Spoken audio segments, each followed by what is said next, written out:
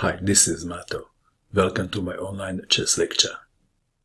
In this video I will show you a game between Akiba Rubinstein and Alexey Sergeyevich Selezniev.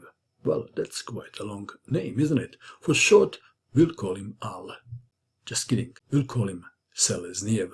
Selezniev was a very strong Russian player. Chess Metrics gave him a rating of 2619. In this game, Akiba Rubinstein had white pieces and he started with e4. Selezniev played d6, d4, knight to f6, knight to c3, g6, the Pirc defense, knight to f3, bishop to g7, h3, controlling g4 square, intending bishop to e3.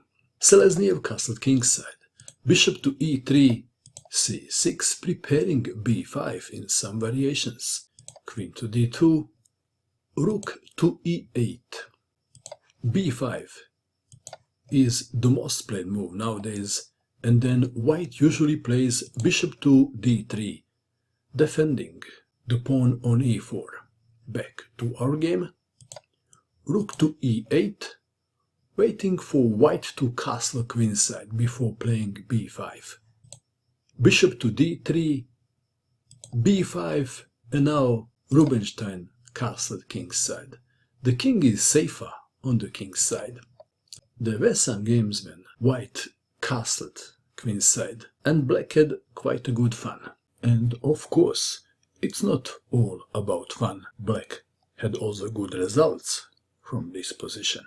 Back to our game. Rubinstein castled kingside, bishop to b7, rook from a to d1, knight from f to d7, rook from f to e1, knight to b6, bishop to h6, bishop to h8, e5. White is already standing better without taking too much risk. Knight from 8 to d7, white to move. What would you do in this position if you had white pieces? Rubinstein played queen to f4. You wouldn't believe it. This move made annotators' day. This is what they said for the German chess magazine. This move gives credence to the thesis that tactical awareness was not Rubinstein's strongest suit. Okay, so annotators found another way to go. e6, perhaps they are right. After f takes on e6, knight to g5, knight to f8, bishop takes knight, rook takes bishop, knight to e6. Annotators found this move after the game. Even I can find better moves after the game with the help of my silicon assistant. Back to our game. Queen to f4. Knight to f8 now preventing e6. Knight to e4, knight to d5 attacking the queen, queen to h4, bishop to g7. This move shows that black is struggling to find the plan.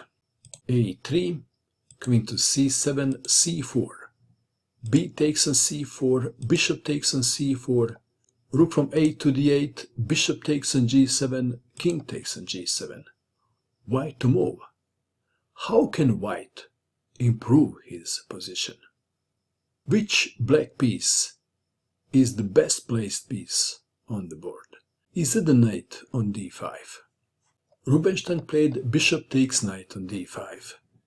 C takes on d5. Attacking the knight. What is the best square for the knight? What would you do in this position if you had white pieces? I guess those clever annotators would play knight to c3. And then black would play knight to e6 and black is okay. Back to our game. Are you ready to see the move? Knight to f6. That was a killer move. Annotators were silent. After thinking long and hard, Alexey Sergeyevich Selezniev played d takes on e5. Let's take it back. Let's see what happens when pawn takes knight. Then pawn takes pawn check. And after king to g8, queen to h6, threatening a checkmate. After rook takes rook, check, rook takes rook. Knight to e6, then knight to g5. And after anything, queen to b6, queen takes pawn on h7 check, king to f8, and then you can give checkmate according to your taste. Checkmate. Back to our game. D takes on e5. Knight takes rook. Rook takes knight. Knight takes on e5. White is better. f6. Knight to d3. e5. Trying to create some smoke. White to move. How would you continue? Akiba Rubinstein played a simple move, rook to c1, attacking the queen and controlling the open file. Queen to b8. D takes on e5. F takes on e5.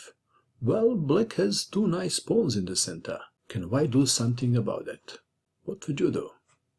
White played a move and black resigned, and the move is rook takes pawn. Selezniev resigned in view of this continuation. Rook takes on e5.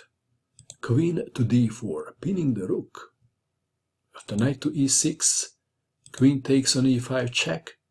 Queen takes queen, knight takes queen, and this endgame is easily winning for white.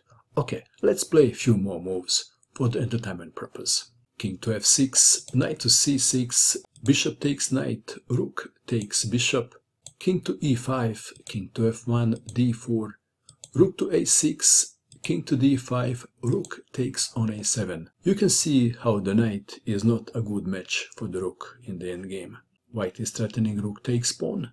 If h6, then a4, king to c4, rook to b7, d3, a5, knight to f4, preventing king to e2 after the pawn is pushed, a6, d2, rook to d7, knight to d3, king to e2, pawn to d1, queen a check, king takes queen, knight takes on b2 check, king to c2, knight to a4, intending knight to b6 maybe, rook to b7, king to c5, a7, knight to b6, and then white plays the obvious, rook takes knight, king takes rook, pawn to a8, queen, and for the entertainment purpose, let me show you a few more moves.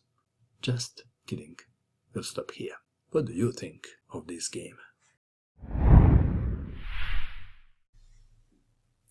And that is all. I hope that you enjoyed watching this video. I wish you good luck with your chess, and bye for now.